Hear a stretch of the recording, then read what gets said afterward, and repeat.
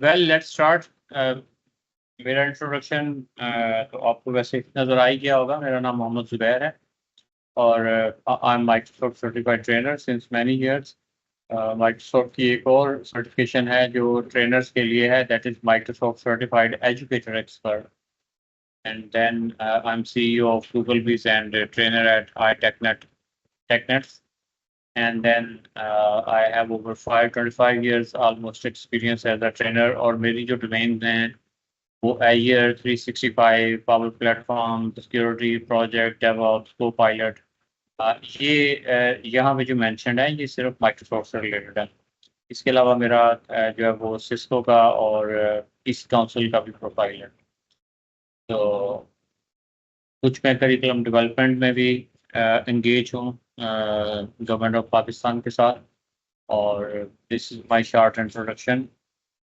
Let's see कि अब हम इस डेमो क्लास में हम क्या डिस्कस करने जा रहे हैं। Well the course name is AZ900 and it's official name is Microsoft Azure fundamentals. तो माइक्रोसॉफ्ट के जो कोर्सेज होते हैं वो नॉर्मली 3 लेवल्स तक जाते हैं, right. First one is fundamental, the second one is associate and the third one is expert. तो नॉर्मली ये 3 स्टेप्स होते हैं माइक्रोसॉफ्ट के। तो ये अगर कोई बंदा ये जानना चाह रहा है कि माइक्रोसॉफ्ट एजर, माइक्रोसॉफ्ट क्लाउड है क्या चीज़, तो ये कोर्स उसके लिए एक फंडामेंटल की हैसियत जो है वो रखता है। Okay, before discussing the cloud हम थोड़ा इसको इसकी एवोल्यूशन को डिस्कस करते हैं। प्रीवियसली हमारे पास एक क्लाइंट सर्वर आर्किटेक्चर जो है वो होता था ऑर्गेनाइजेशंस में। लाइक नेटवर्क तो होता ही था, डेफिनेटली लोकल एरिया नेटवर्क, और उसमें हमारे पास अगर जो सर्वर है it is a database server. तो मुख्तलिफ जो कंप्यूटर्स हैं उसके साथ कनेक्ट होते थे, लैपटॉप्स हैं या कंप्यूटर्स हैं। तो इस आर्किटेक्चर को हम कहते हैं क्लाइंट सर्वर आर्किटेक्चर। इसमें जो सर्वर है वो आपका वेब सर्वर भी हो सकता है, डेटाबेस सर्वर भी हो सकता है, एक्टिव डायरेक्टरी सर्वर भी हो सकता है। एक्टिव डायरेक्टरी सर्वर जिससे डोमेन बनाई जाती है।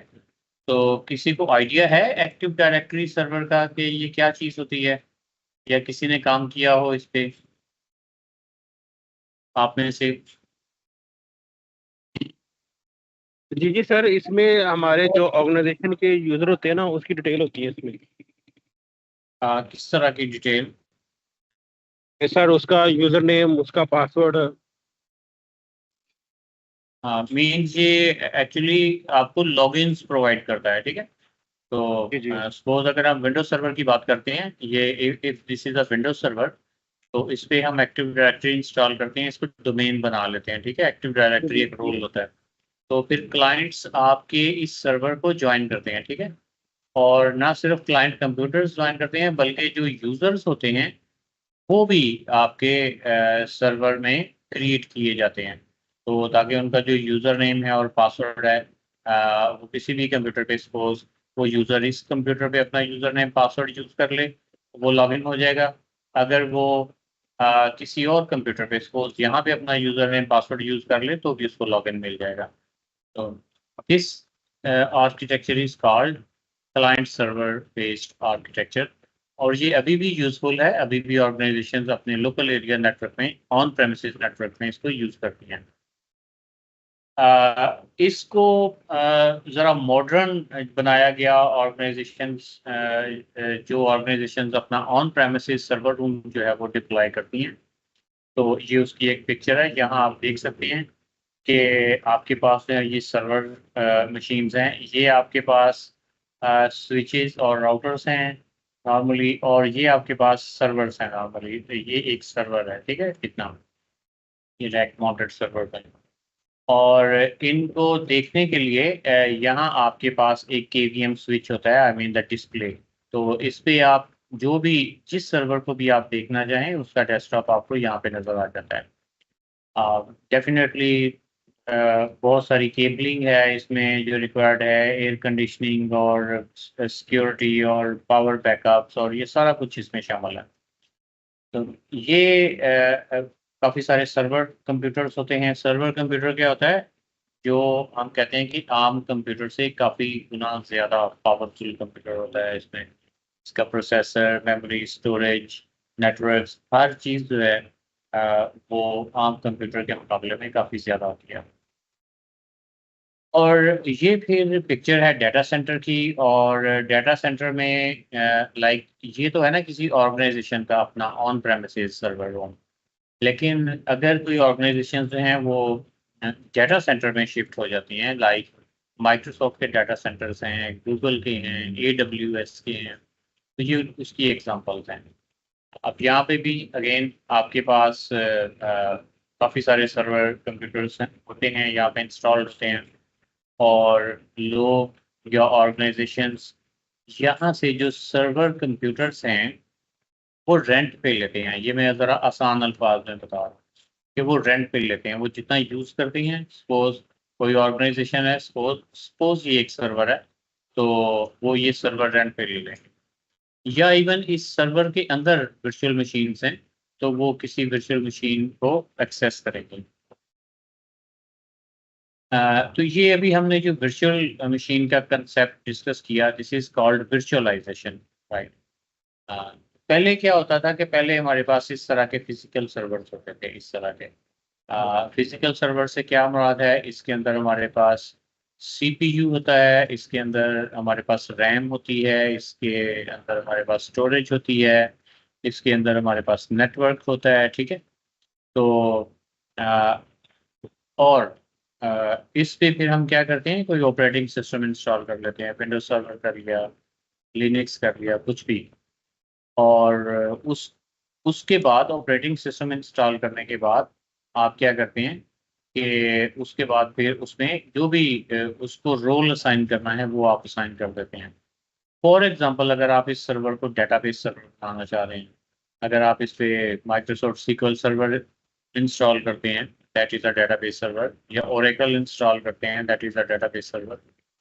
तो ये प्रीवियस मॉडल है जिसमें हम इस तरह से इसको यूज़ करते हैं।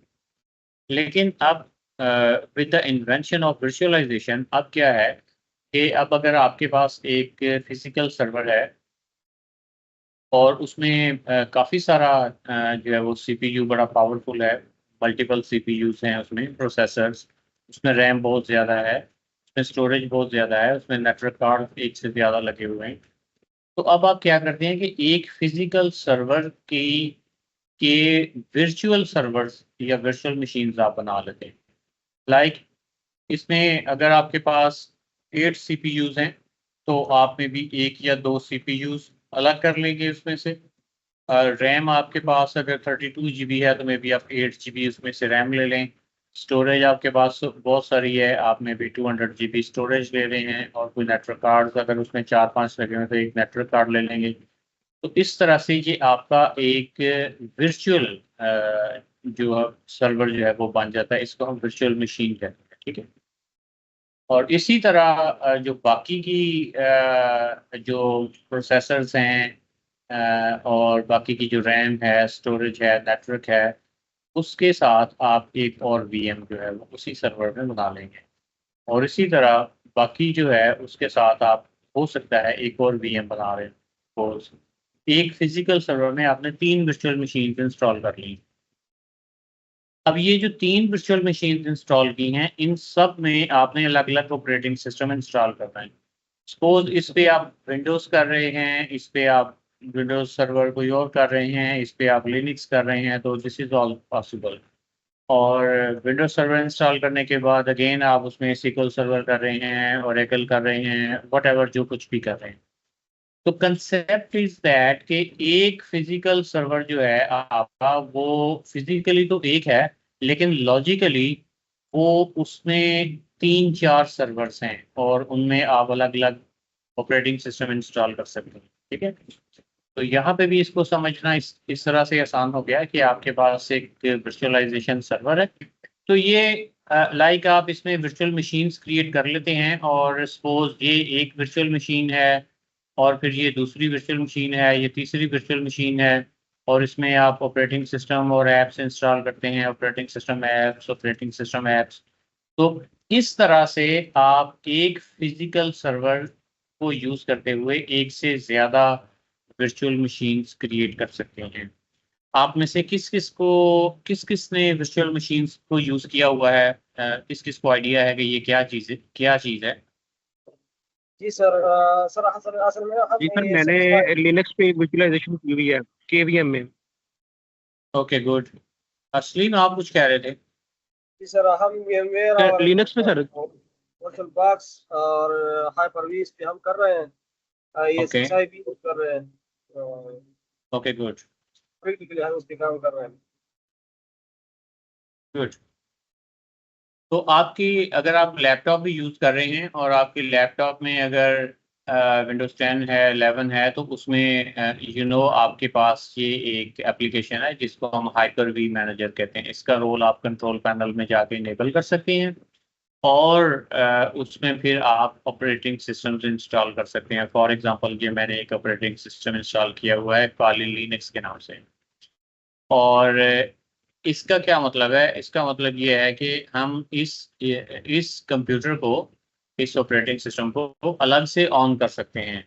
यानी ये अलग से पावर ऑन हो जाएगी और ये बिल्कुल ऐसे ही होगा कि जैसे मेरे पास एक नया कंप्यूटर है, एक अलग से कंप्यूटर है और उसका आईपी एड्रेस भी होगा, उसका ऑपरेटिंग सिस्टम भी होगा, सारा कुछ होगा।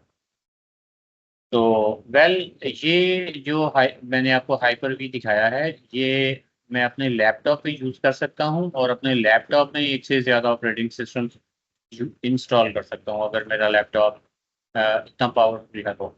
अदरवाइज़ सर्वर्स पे इसको इंस्टॉल किया जाता है और सर्वर्स पे इसको यूज़ किया जाता है।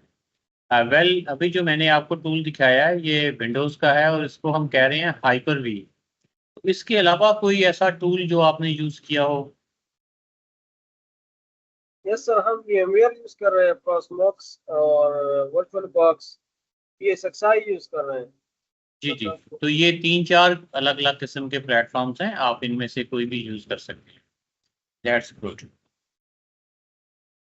वेल ये कुछ बैकग्राउंड था हमारा before discussing the Microsoft Azure fundamentals.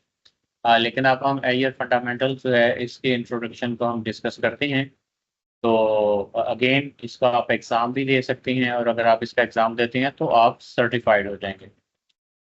जो लोग क्लाउड को सीखना चाह रहे हैं लेकिन रिकमेंडेड ये है कि उनका थोड़ा बहुत आईटी से रिलेटेड बैकग्राउंड हो, तो वो इसको ज़रा आसानी से सीख जाएँगे।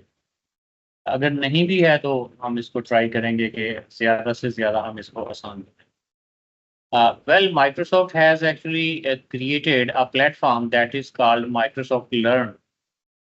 आप लोग इस प्लेटफ़ॉर्म पे जाएँगे और इस प्लेटफ़ॉर्म पे जाके अपना फ्री प्रोफ़ाइल जो है वो क्रिएट करेंगे, ठीक है? और उसका क्या फ़ायदा होता है कि यहाँ आपके पास बहुत सारा जो ट्रेनिंग से रिलेटेड कंटेंट है, वो अवेलेबल है और जितनी भी माइक्रोसॉफ्ट की सर्टिफ़िकेशंस हैं, उनकी सारी डिटेल्स जो हैं, वो यहाँ पे मौजूद हैं। तो आप यहाँ पे इसको लॉगिन करें, इट्स फ्री ऑफ कॉस्ट और आप वहाँ पे अपना प्रोफ़ाइल बिल्ड करें। और अगर आप चाहते हैं कि मैं इसकी थोड़ी मज़ीद आपको डिटेल बताऊँ, तो दिस इज़ learn.microsoft.com और इसको मैं चैट विंडो में पेस्ट भी कर रहा हूँ। ओके।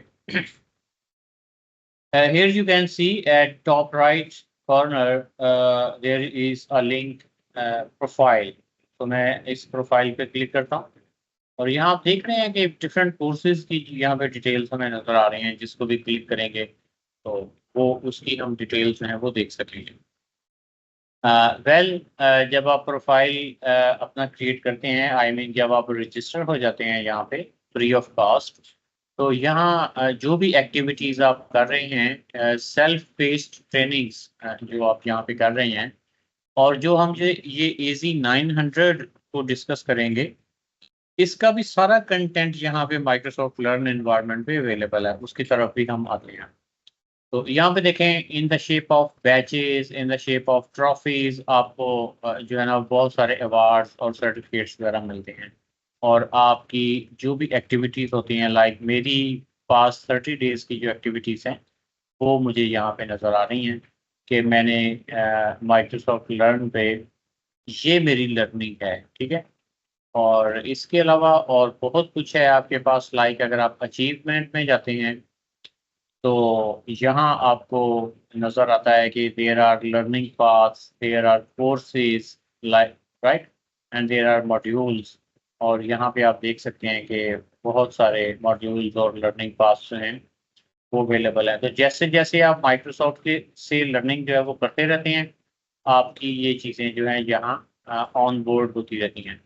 और सपोज ये एक कोर्स है enhance teaching and learning with Microsoft Copilot anything, इसको इसका सर्टिफिकेट आप यहाँ से प्रिंट भी कर सकते हैं और इसको आप शेयर भी कर सकते हैं किसी के साथ यहाँ से।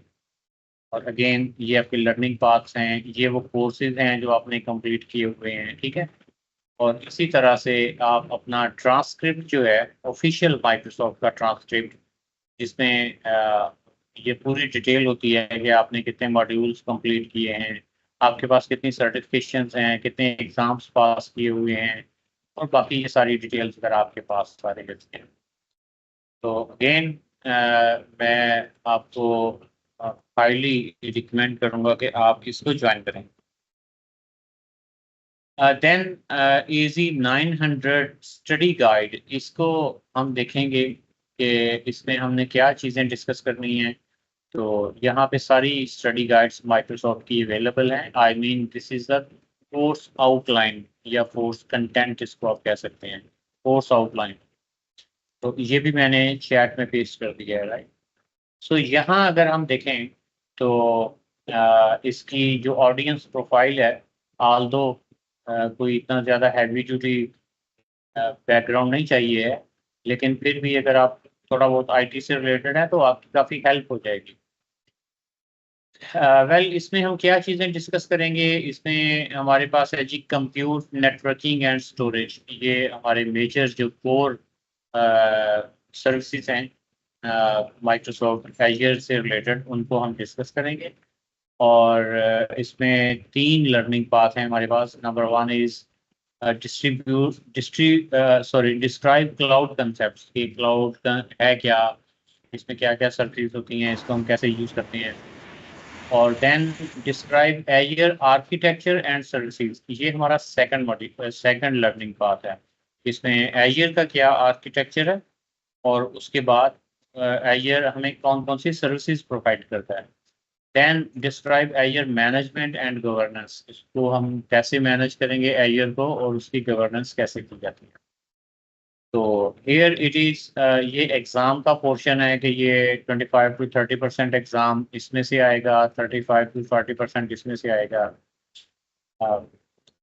We will define cloud computing, shared responsibility क्या है, क्लाउड के मॉडल्स क्या हैं, ठीक है, अप्रोप्रिएट यूज़ केसेस क्या होते हैं, कंजम्पशन और प्राइसिंग वगैरह हम कैसे कैलकुलेट करते हैं इसकी, and what are the benefits of using cloud services, and then cloud services की types कितनी हैं, infrastructure, platform and software as a service, इनमें क्या difference है। और then Azure architecture and services, ये हमारा second learning path है। इसमें regions, region pairs और availability zones, ये क्या चीज़ें हैं, resource groups और resources क्या चीज़ें हैं, सब्सक्राइब हम कैसे करवाते हैं एजर क्लाउड को। और देन इसी तरह कंप्यूट की सर्विसेज कौन सी हैं, नेटवर्किंग की सर्विसेज कौन सी हैं, एजर वर्चुअल डेस्कटॉप है, वर्चुअल मशीन्स हैं, वर्चुअल मशीन्स की स्केलिंग है इसमें, कंटेनर्स, एप्स और डीएनएस, वीपीएन, गेटवे, एक्सप्रेस राउट, तो काफ़ी कुछ है इसमें। इवन फंडामेंटल लेवल का जो कोर्स है इसमें भी काफ़ी कुछ है। स्टोरेज सर्विसेज कौन कौन सी हैं एजर में, लाइक ब्लॉक क्या होता है, और बाकी एजर टाइप्स कौन कौन सी हैं, और टूल्स कौन से हैं जिनको यूज़ करते हुए हम स्टोरेज जो है उसको मैनेज करते हैं। Then identity, access and security, user accounts, active directory को अब हम एंट्रा आईडी कहते हैं, राइट। सिंगल साइन ऑन हम कैसे कॉन्फ़िगर करते हैं, मल्टी फैक्टर ऑथेंटिकेशन हम कैसे कॉन्फ़िगर करते हैं। तो इस तरह की इसमें चीज़ें हैं। हम कंडीशनल एक्सेस कैसे प्रोवाइड करेंगे, हम सिक्योरिटी कैसे इम्प्लीमेंट करते हैं, डिफेंस इन डेप्थ क्या है। और then the last learning module contains cost management के हम प्राइसिंग कैलकुलेटर वगैरह जो है वो हम कैसे यूज़ करते हैं, टैक्स को हम कैसे यूज़ करते हैं, देन कंप्लायंस से रिलेटेड जो चीज़ें हैं, माइक्रोसॉफ्ट परव्यू है, एयर पॉलिसी है, और इसी तरह कुछ और चीज़ें हैं हमारे पास। तो ये सारे का सारा हमारा जो है वो आप कह लें कि कोर्स आउटलाइन है। ये मैंने आपके साथ शेयर कर दिया है। Coming back to Microsoft learn, ये मैंने आपसे कहा कि आप यहाँ पे अपना प्रोफाइल क्रिएट कर लें, it's free of cost, right. और यहाँ पे आप देख रहे हैं कि जी जी सर मैं बेसिकली मेरा एक सवाल ये था कि AZ 900 में और AZ 700 में क्या डिफरेंस है? AZ 900 जो है वो तो बिल्कुल एक बेसिक लेवल का आपका कोर्स है ना, और दिस इज एयर फंडामेंटल्स, ठीक है। और जो AZ 700 है, बड़ा इजी है कि आप कोई भी आपके पास कोड है ना, तो आप वो कोड के साथ स्टडी गाइड लिखें और इसको आप ओपन कर लें, ठीक है। तो अभी ये आपको इसकी डिटेल्स जो है वो देगा। तो it's about designing and implementing Microsoft air networking solutions. इसमें सिर्फ नेटवर्क्स को डिस्कस किया जाता है।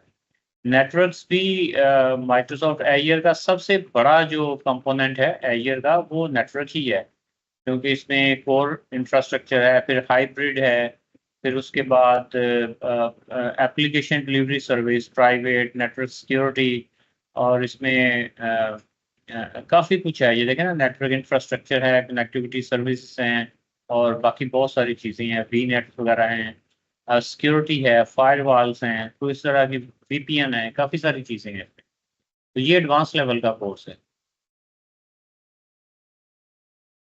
Well, coming back to Microsoft Learn, here you can see that there are various courses and learning paths and modules that you can see here. और again, अगर आप यहाँ पे again लिखते हैं AZ 900 without study guide, right? तो just अगर आप ये लिखते हैं तो ये भी आपको Microsoft Learn पे ले जाएगा, जहाँ आप AZ 900 के बारे में आपको कंटेंट मिल जाएगा, और वो भी फ्री ऑफ कॉस्ट। तो यहाँ आप देख सकते हैं कि this is the title of air fundamental, और it's level is beginning, and ये रोल इसका जो है वो एडमिन साइड का है। और वेल, यहाँ पे you can see the 3 learning paths, कौन कौन से हैं। ये क्लाउड कंसेप्ट्स हैं, आर्किटेक्चर है, और गवर्नेंस वगैरह है। और अगर मैं किसी एक लर्निंग पाथ को ओपन करता हूँ, तो अब इस लर्निंग पाथ के अंदर जो मॉड्यूल्स हैं वो हमें नजर आएंगे। लाइक यहाँ पे हमें नजर आ रहा है कि 3 मॉड्यूल्स हैं इसके अंदर। अब कौन कौन से मॉड्यूल्स हैं वो यहाँ पे नजर आ रहे हैं। Describe cloud computing, describe the benefits of using cloud services, and describe cloud services types.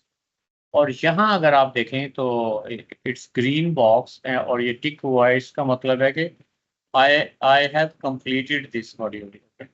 और अगर आप इसके ओवरव्यू में देखते हैं तो इसमें जितने भी यूनिट्स हैं वो आपको नजर आ रहे हैं, और this green tick boxes are again I mean guarantee that I have completed these all these units.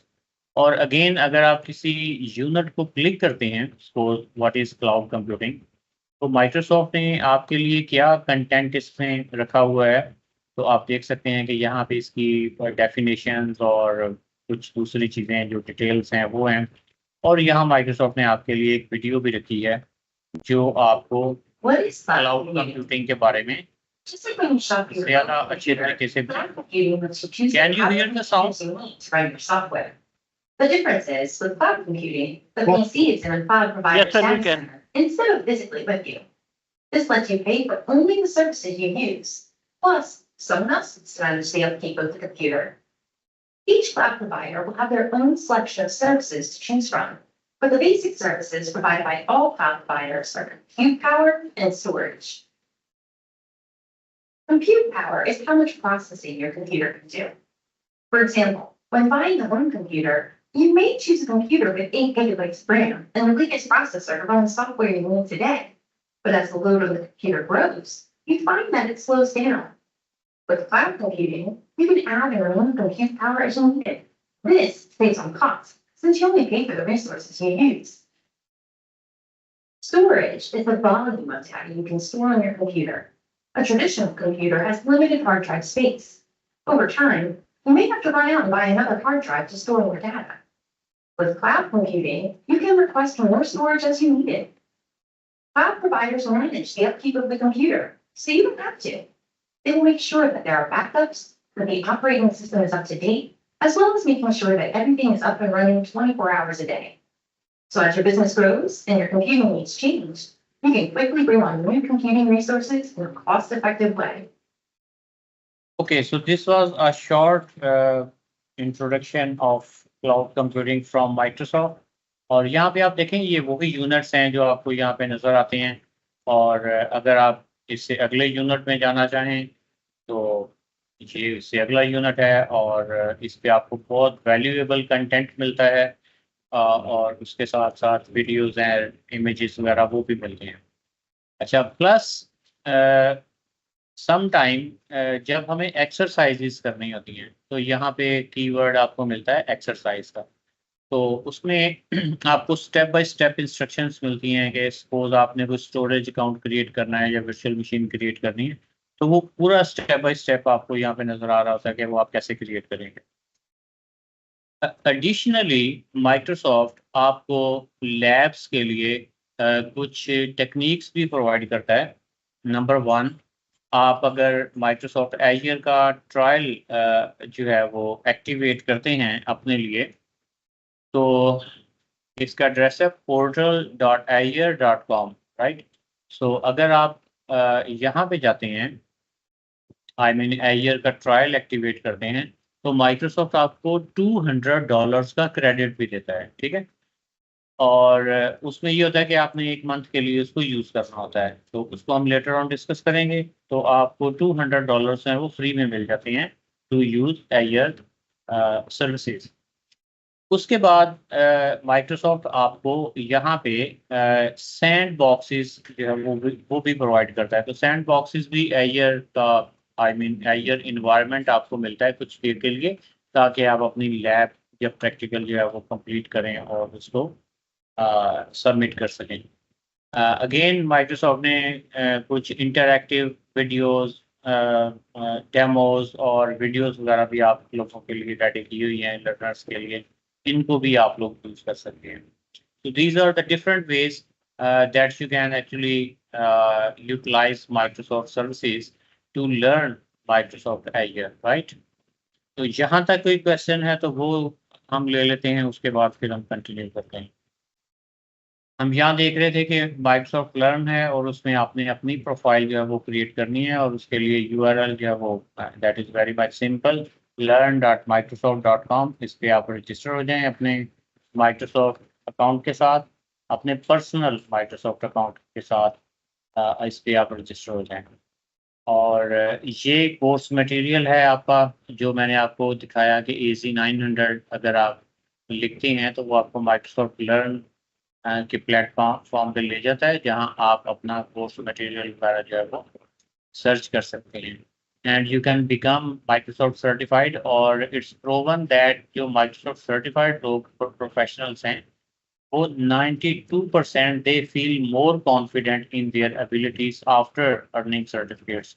और सर्टिफिकेशंस को पूरी दुनिया में इनकी एक्सेप्टेंस है और पूरी दुनिया में वर्ल्ड वाइड ऑर्गेनाइजेशंस हैं वो सर्टिफाइड लोगों को प्रेफर करते हैं हायर करने के लिए। तो these are again the 3 learning paths जिनको हम स्टडी करेंगे। And let's start the first learning path today. ये हमारा फर्स्ट लर्निंग पाथ है जिसको हम डिस्कस करने जा रहे हैं and it's about cloud concepts, right.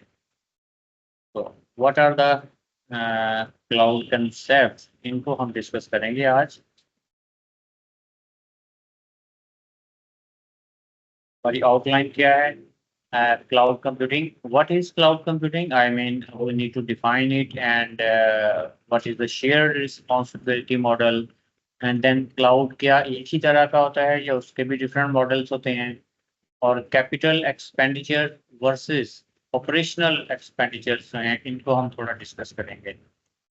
And then what are the benefits of cloud, and then एक cloud service provider like Microsoft आपको कौन कौन सी क्लाउड की सर्विसेज जो है वो प्रोवाइड करता है। तो स्टार्टिंग फ्रॉम क्लाउड कंप्यूटिंग इसके हम तो क्या क्या ऑब्जेक्टिव्स हैं जो हम डिस्कस करेंगे। We will define this cloud के मॉडल्स कौन से हैं, पब्लिक क्लाउड, प्राइवेट और हाइब्रिड क्लाउड्स वगैरह क्या हैं, और इनके क्या क्या आई मीन मॉडल्स हैं, और कंजम्पशन बेस्ड मॉडल का क्या मतलब है, हम प्राइसेस कैसे कैलकुलेट करते हैं क्लाउड्स की। तो ये सारी बातें हम इसमें डिस्कस करेंगे।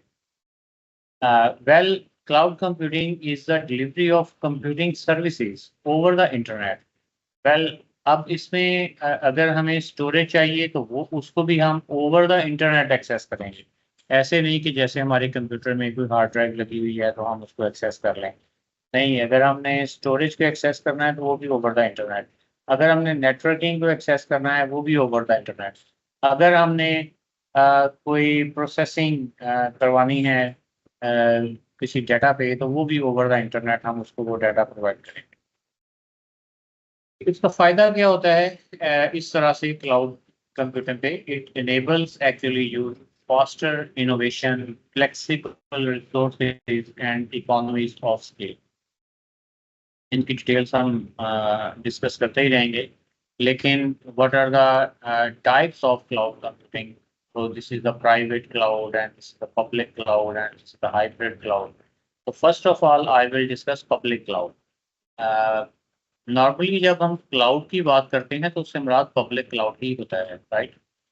मीन्स के कोई ऑर्गेनाइजेशन किसी क्लाउड होस्टिंग प्रोवाइडर से क्लाउड सर्विसेज ले रही है, फॉर एग्जांपल माइक्रोसॉफ्ट से, गूगल से, AWS से, वर्चुअल मशीन्स ले रही है, वो अपनी वेब एप्स के लिए उसने कोई एप्लीकेशंस के लिए पैकेज जो है वो लिया हुआ है या व्हाटएवर जो कुछ भी है। Then provides resources and services to multiple organizations and users. Yes, individual users भी ये सर्विसेज एक्वायर कर सकते हैं और ऑर्गेनाइजेशंस को कर ही सकते हैं। Access via secure network connection. तो इस क्लाउड को हम एक्सेस कैसे करते हैं? हम network I mean the internet के जरिए हम इसको एक्सेस करेंगे और ये कनेक्शन डेफिनेटली सिक्योर होना चाहिए। Again the biggest public cloud provider is Microsoft, right? उसके बाद फिर कुछ ऑर्गेनाइजेशंस जो हैं वो अपना प्राइवेट क्लाउड भी बना सकती हैं।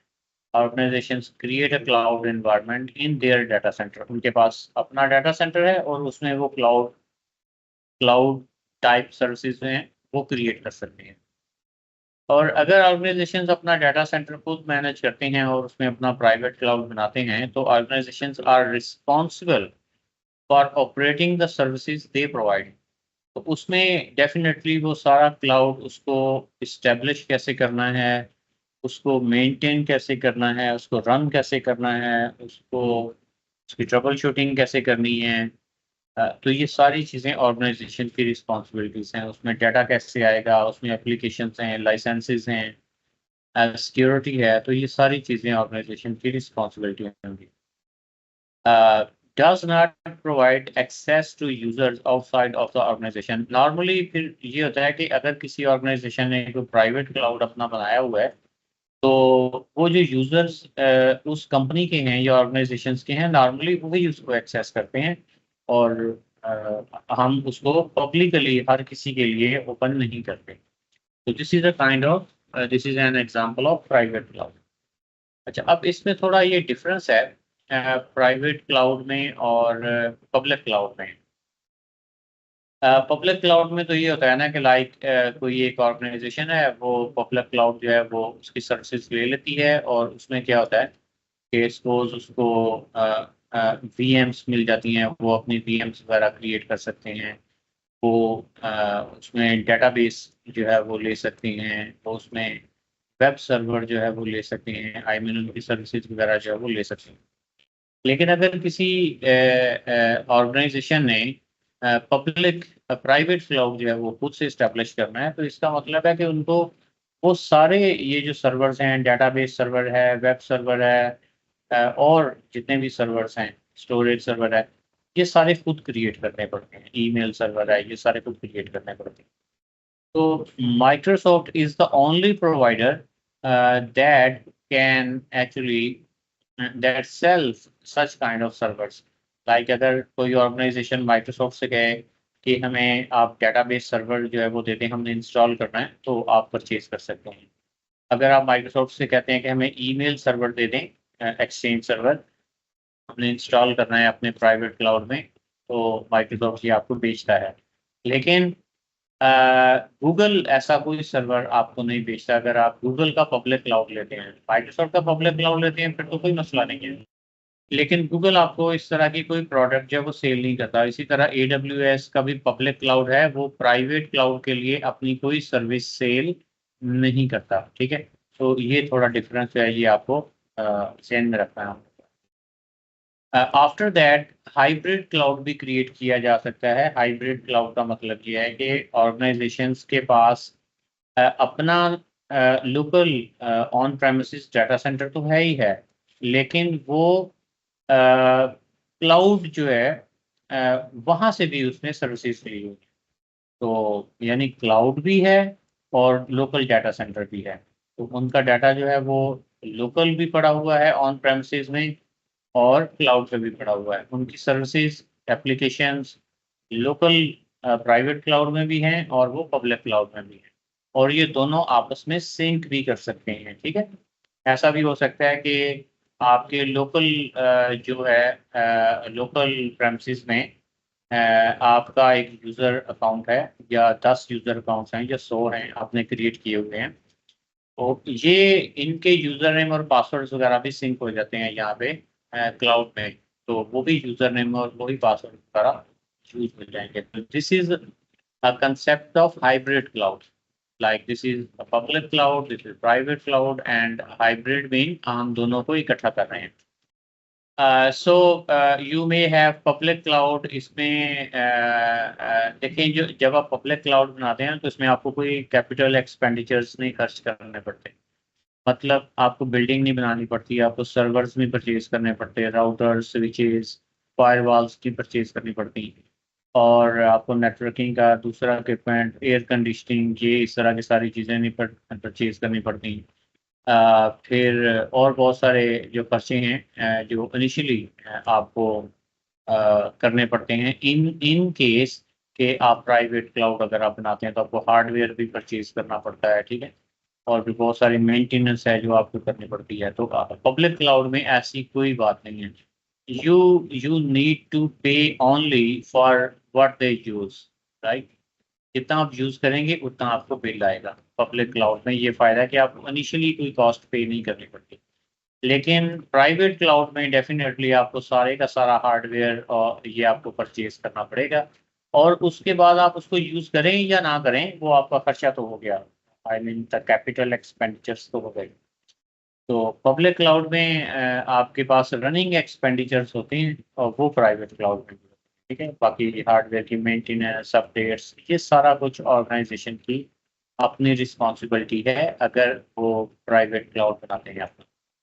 और हाइब्रिड क्लाउड ज़ाहिर है इसमें फ्लेक्सिबिलिटी बहुत है, लेकिन ये सबसे महंगा मॉडल है, और ऑर्गेनाइजेशंस हैं वो अपनी सिक्योरिटी को भी खुद देखती हैं, और सारी लीगल रिक्वायरमेंट्स और बहुत सारी चीज़ें जो हैं उनको वो खुद मैनेज करते हैं। इसी तरह से हमने देखा कि we can compare capital expenditures versus operational expenditures. तो अभी हमने बात की है कि कैपिटल एक्सपेंडिचर्स होते हैं जो हम स्टार्ट में खर्च करते हैं, upfront spending of money on physical infrastructure, building, servers, और ये सारा कुछ, स्टोरेज और हर चीज़। Cost from capital expenditures have a value that reduces over time.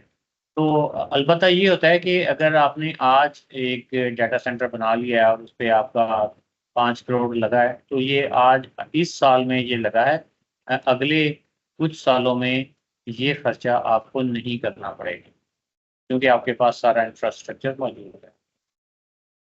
लेकिन ऑपरेशनल एक्सपेंडिचर्स ये ऑन गोइंग एक्सपेंडिचर्स होते हैं। आई मीन यू पे एज यू गो, और इनका आपको बिल आता है। ये मंथली भी हो सकता है, ये ईयरली भी हो सकता है।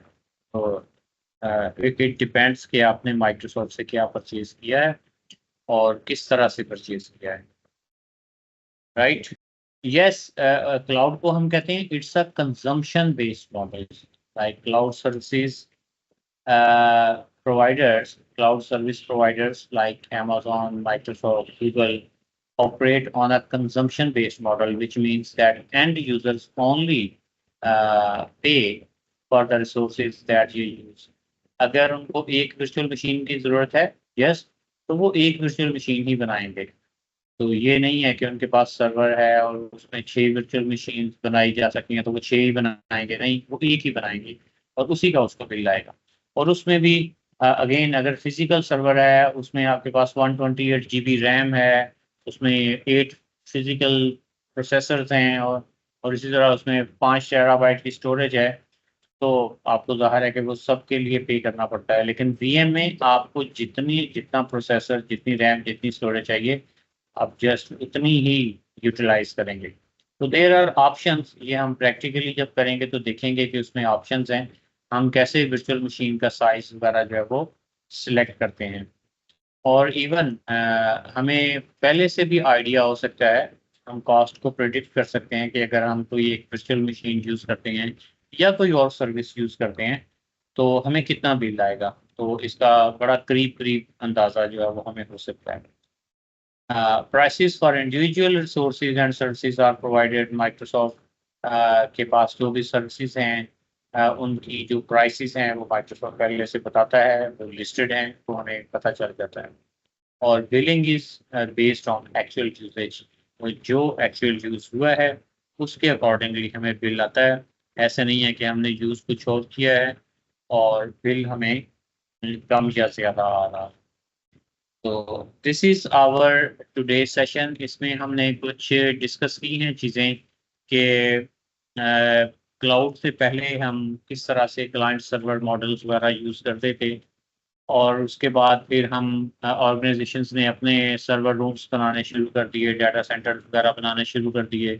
फिर उसके बाद क्लाउड वर्चुअल मशीन वर्चुअलाइजेशन पे ऑर्गेनाइजेशंस जो हैं वो कन्वर्ट हो गई, जिसमें एक फिजिकल सर्वर को यूज़ करते हुए मल्टीपल वर्चुअल मशीन्स क्रिएट की जा सकती हैं।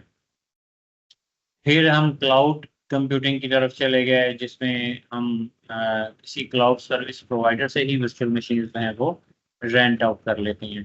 और ना सिर्फ वर्चुअल मशीन्स, बल्कि अगर आप स्टोरेज लेना चाहें उनसे स्टोरेज ले लें, और भी बहुत सारी चीज़ें हैं।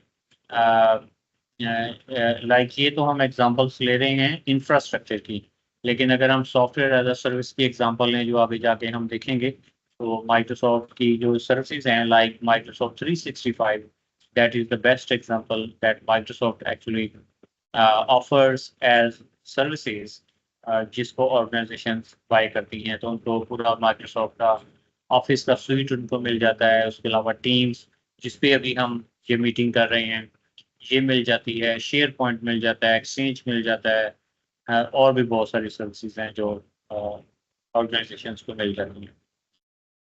तो this is end of the story for today. अगर कोई क्वेश्चंस हैं तो हम क्वेश्चंस ले लेते हैं। जी सर, मेरा एक क्वेश्चन है। जी अगर हम क्लाउड पे आते हैं तो हमें इंटरनेट की स्पीड जो है ना वो बहुत ज़्यादा चाहिए, जो कि हमारे पाकिस्तान में आजकल नहीं है। तो क्या ये इसके लिए स्पीड कितनी मैक्सिमम स्पीड होनी चाहिए हमारे पास, कनेक्शन जो है हमारे पास है? ये आपका क्वेश्चन है कि कम्प्लीमेंट है? सर एक्चुअली मैंने लास्ट टाइम ना अपनी ऑर्गेनाइजेशन में ये इम्प्लीमेंट कराने की कोशिश की थी, तो मुझे इसीलिए ये डाउट था कि मैं अगर इंटरनेट स्लो हुआ तो ये सारा काम नहीं चलेगा। जी बिल्कुल, ये फियर ठीक है, अगर इंटरनेट नहीं होगा तो ये नहीं चलेगा। तो क्लाउड कंपनीज ने ये सर्विसेज जो हैं वो हमारी तरफ देख के नहीं बनाई, उन्होंने बाकी सारी दुनिया को जो है वो देख के बनाई है। तो अगर हम पीछे रह गए हैं तो हमने आगे दुनिया के साथ मिलना है, दुनिया ने पीछे मुड़ के हमें लेकिन सर हमारे मेरा लिए क्वेश्चन ये है कि हमें हमें मिनिमम या मैक्सिमम कितनी स्पीड रिक्वायर्ड है इंटरनेट की? देखिए इसका तो कोई आंसर नहीं है ना, इसका मैं आंसर कैसे आपको कर सकता हूँ। फॉर एग्जांपल एक ऑर्गेनाइजेशन है, एक बैंक है पाकिस्तान में, सपोज अभी बैंक है, अब उसकी सपोज 500 ब्रांचेस हैं और हर ब्रांच में उनके पास 10 से 20 एम्प्लॉयज़ हैं, ठीक है? और वो पूरे ठीक पाकिस्तान है। में स्प्रेड आउट हैं। अगर उन्होंने अपनी जो ऑनलाइन बैंकिंग की जो ऐप्स हैं, अगर वो माइक्रोसॉफ्ट एज़्योर पे होस्ट की हुई हैं, तो इट जी डिपेंड्स जी कि वो बैंक्स में रहते हुए उनको हम कैसे एक्सेस कर सकते हैं। और उसके बाद अगर मैं एचबीएल का अकाउंट होल्डर हूँ और मैं चाहे इस जी वक़्त किसी गाँव में हूँ या किसी शहर में हूँ, कहीं पे भी हूँ, तो मैं अपने मोबाइल पे या अपने फ़ोन पे अगर उस सर्विस को एक्सेस करना चाह रहा हूँ, तो ये मेरी रिस्पॉन्सिबिलिटी है कि मेरे पास एक अच्छा एफ़िशिएंट इंटरनेट जो है वो होना चाहिए, जिससे मैं वो सर्विसेज़ जो हैं वो गेन कर सकूँ। तो जी जी आप एग्जैक्टली इसमें मेरा भी सर यही क्वेश्चन है। हाँ, लेकिन इसको मैं कुछ जी जी एमबीज़ में या एग्जैक्टली मेरा भी यही किलोबाइट्स में क्वेश्चन है नहीं कि मैं डिफ़ाइन कर सकता, क्योंकि ये डेफ़िनेटली इसको किया ही नहीं जा सकता। हम इसको ऐसे नहीं डिफ़ाइन कर सकते। डेफ़िनेटली हमारे पास अच्छा इंटरनेट कनेक्शन होना चाहिए। अब अच्छा इंटरनेट कनेक्शन एचबीएल की ऐप को यूज़ करने के लिए अच्छा इंटरनेट कनेक्शन क्या हो सकता है, उसकी डेफ़िनेशन कुछ और होगी। लेकिन अगर आपने नेटफ्लिक्स को देखना है, उसके लिए आपको अच्छा कनेक्शन चाहिए, तो उसकी डेफ़िनेशन डेफ़िनेटली और होगी। तो मैंने लास्ट टाइम 100 MB का CRI लाइन पे कनेक्शन लिया था। उस पे भी ये इम्प्लीमेंट इतना ज़्यादा नहीं मज़ा आया, मतलब कि शायद कोई ना कोई इश्यू रहता था, ट्रांज़ैक्शन में कोई ना कोई इश्यू रहता था। नहीं, आपके खैर चलो सर, यूज़र्स थैंक यू कितने सर हैं? इसके लिए। आपने एक सर ऑर्गनाइज़ेशन के मेरे लिए पास 100 एमबी का कनेक्शन लिया? 150 यूज़र थे, 150 यूज़र। हाँ, आप देखें ना 150 150 यूज़र्स, हाँ, ओके। इसका मतलब है कि आपने एक यूज़र के लिए आपके पास 1 एमबी भी नहीं था। जी, जी, 1 MB था। हाँ, अब दूसरी बात ये होती है कि ऐसा भी नहीं होता कि सारे के सारे users at the same time online होते हैं, ठीक है? तो ये हाँ थोड़ी-सी जी, आपने बिल्कुल राइट। कैलकुलेशन नहीं करनी वो तो होती है हमने कि जी, जी। वो तो फायरवॉल लगाई, वो तो हमने बाकी चीज़ें बंद की हुई, सारा कुछ सिर्फ़ डायरेक्टली यूज़ कर रहे थे। हाँ, लेकिन उसमें ये होता है ना कि एक टाइम पे कितने लोग यूज़ कर रहे हैं, लाइक 20 लोग यूज़ कर रहे हैं, 50 लोग ओह! यूज़ कर रहे हैं, या ऐसे 100 ऐसे के है। 100 ही सही, यूज़ सही। कर रहे हैं। अगर 100 के 100 यूज़ कर रहे हैं तो फिर तो जी, जी। 100 एमबी आपके लिए कम है। और अगेन जी, जी, फिर बिल्कुल ये ठीक भी है। डिपेंड करता है कि सर्विसेज़ कौन-सी आप यूज़ कर रहे हैं। अगर तो आप बहुत कोई हेवी ड्यूटी किस्म की सर्विसेज़, बेसिकली आपने देखना है आपका डाटा इन आउट कितना हो रहा है, और उसके अकॉर्डिंगली ये हर ऑर्गनाइज़ेशन ने खुद कैलकुलेट करना है कि उनको कितनी बैंडविड्थ चाहिए, और डेफ़िनिटली वो सीआईआर बेस्ड ही होनी चाहिए, जैसे आपने कहा है।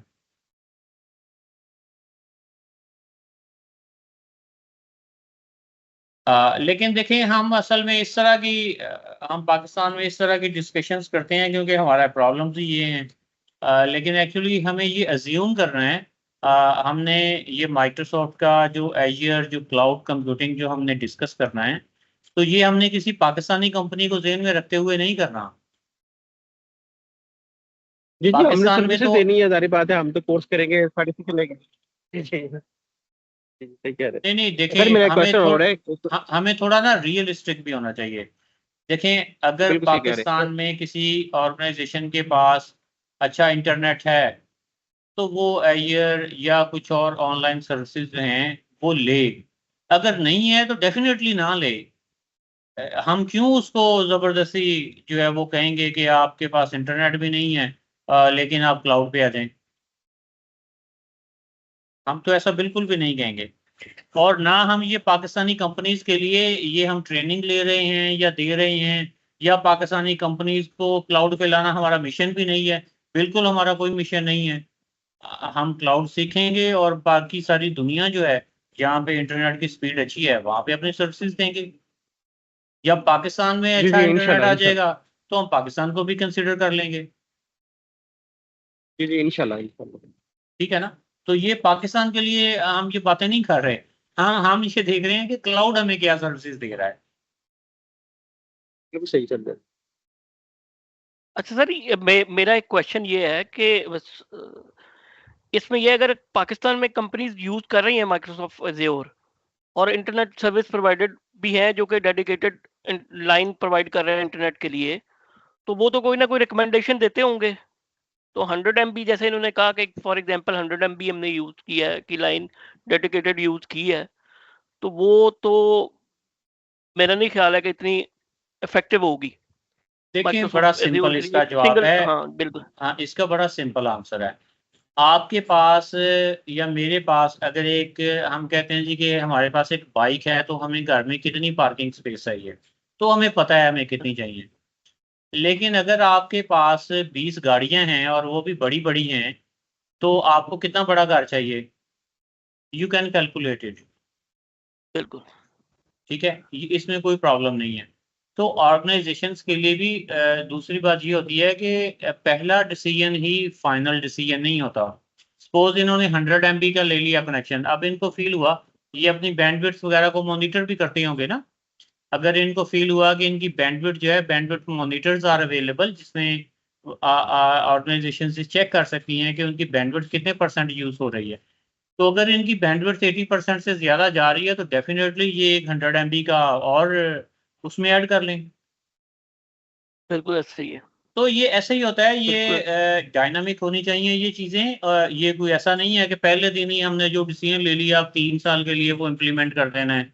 नो नो नो, आपको हो सकता है पहले 4 महीने, हर महीने आप अपना पैकेज जो है वो रिवाइज कर रहे हो। बिल्कुल ऐसे ही है सर। और बाकी पाकिस्तान में इंटरनेट की सर्विसेज जो हैं वो अब चूँकि ट्रैफिक जो है वो मॉनिटर होती है, इसलिए जिसका पहले 100 MBPS में गुजारा होता था, अब उसका शायद 200 MBPS में गुजारा होगा। बिल्कुल ठीक है सर। राइट। चलें काशिफ साहब अपना अपना नेक्स्ट क्वेश्चन पूछिए आप। जी, एनी मोर क्वेश्चन? नहीं sir, clear sir, clear clear. Okay, thank you. So अगर और कोई दोस्त कोई क्वेश्चन पूछना चाह रहे हैं तो जी शाकिर। जी सर, मैंने इसका रोड मैप समझना था, क्योंकि मैंने इससे पहले ना इनरोल कर लिया था अजूर 104 में। ओके। तो फिर जब मैंने यूट्यूब पे थोड़ा सर्च किया तो मैंने देखा कि मैं तो एक स्टेप आगे ही चला गया हूँ। तो मैं सिर्फ, क्योंकि मैं आईटी बैकग्राउंड से भी नहीं हूँ, क्योंकि मैं अभी इसमें इनरोल्ड हुआ, तो 109 इज इनिशियल। तो आप मुझे थोड़ा रोड मैप बता सकते हैं कि हमें ये करना है, फिर इसके बाद ये है और फिर ये है, तो जी थोड़ा जी, ये सा मुझे मैंने अगर। स्टार्ट में ये एक्सप्लेन भी किया भी था। दिस इज AZ 900, ये फंडामेंटल था। ठीक। इसके बाद 104 है जो एसोसिएट लेवल है, वो सेकंड लेवल है। उसके बाद AZ 305 है जो एक्सपर्ट लेवल है। तो ठीक है। एक्सपर्ट लेवल पे जाना जरूरी नहीं है, लेकिन आप जा सकते हैं डेफिनेटली। मैं आपको ये मना नहीं कर रहा कि आप उस पे ना जाएं। यस, अगर AZ 104 पे आपकी रिक्वायरमेंट्स फुलफिल होती हैं तो इट्स सफिशिएंट। लेकिन अगर आप कहते हैं कि नहीं मुझे तो एक्सपर्ट लेवल पे जाना है, तो आप एक्सपर्ट लेवल पे भी चले जाएं। उसके बाद अगर आप कहते हैं कि आप मुझे सिक्योरिटी में भी आना है, तो आप सिक्योरिटी में भी चले जाएं। ठीक है। ठीक है, थैंक यू सर। ये सिर्फ मैंने एक ट्रैक की बात की है, जिसको हम कहते हैं इंफ्रास्ट्रक्चर, एयर इंफ्रास्ट्रक्चर ट्रैक। ठीक है। तो उसके अलावा अगर आप इसको अगर आप ये सर्च करते हैं माइक्रोसॉफ्ट सर्टिफिकेशंस पोस्टर, राइट, तो यहाँ आपको एक पोस्टर जो है वो मिलेगा। आप इसको ओपन कर सकते हैं।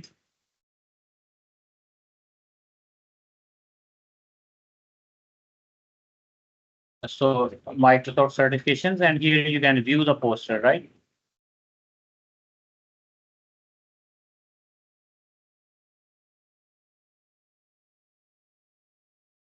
तो ये एक माइक्रोसॉफ्ट की जितनी भी सर्टिफिकेशंस हैं वो सारी इस पोस्टर में माइक्रोसॉफ्ट ने उसका मैप जो है वो बनाया हुआ है। I mean the flow. So this is AZ 900, यहाँ से हम स्टार्ट कर रहे हैं।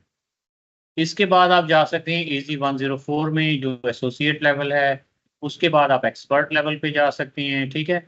और उसके बाद AZ 700 का किसी ने पूछा था, ये नेटवर्क की स्पेशलाइजेशन है, नेटवर्क एसोसिएट लेवल का है।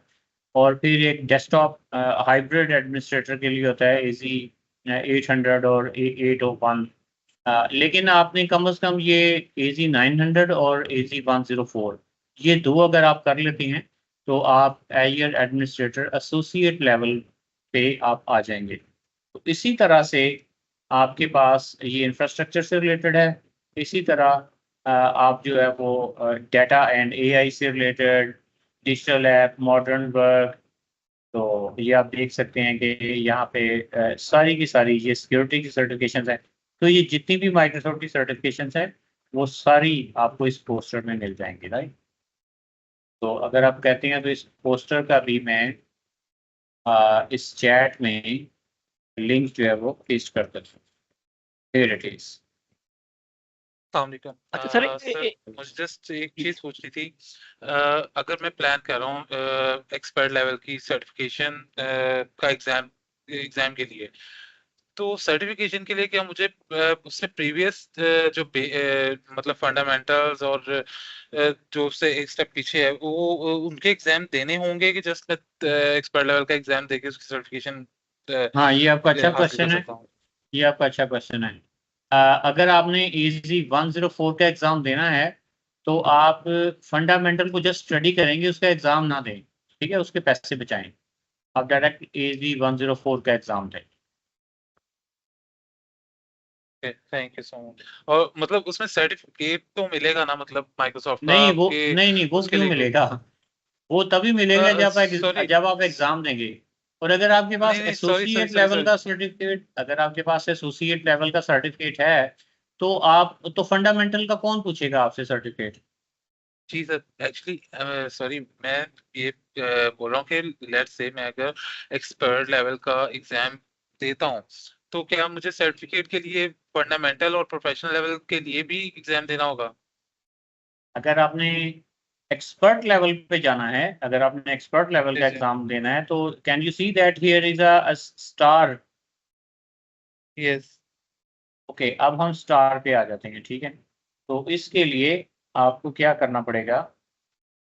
Here you can see that this is expert certification, और ये जो लॉक है it means this certification has pre requisites. Okay, तो इसका यस मतलब है कि ये जो लॉक है यहाँ पे आपको नजर आ रहा है तो ये प्री रिक्विजिट है। यानी अगर आप 305 एग्जाम जो है वो देना चाह रहे हैं तो इसके लिए आपके पास प्री रिक्विजिट है। और बाय द वे वो प्री रिक्विजिट क्या है कि आपको एजी 104 का एग्जाम पहले देना होगा, ठीक है। लेकिन एजी 104 पास करने के लिए आपको एजी 900 का एग्जाम देना जरूरी नहीं है। तो जहाँ पे कहीं पे 3-4 सर्टिफिकेशन हैं जहाँ पे आपको ये लॉक का सिंबल मिलता है, तो lock symbol means this certification has a pre requisite. Okay thank you sir. Okay, thank you.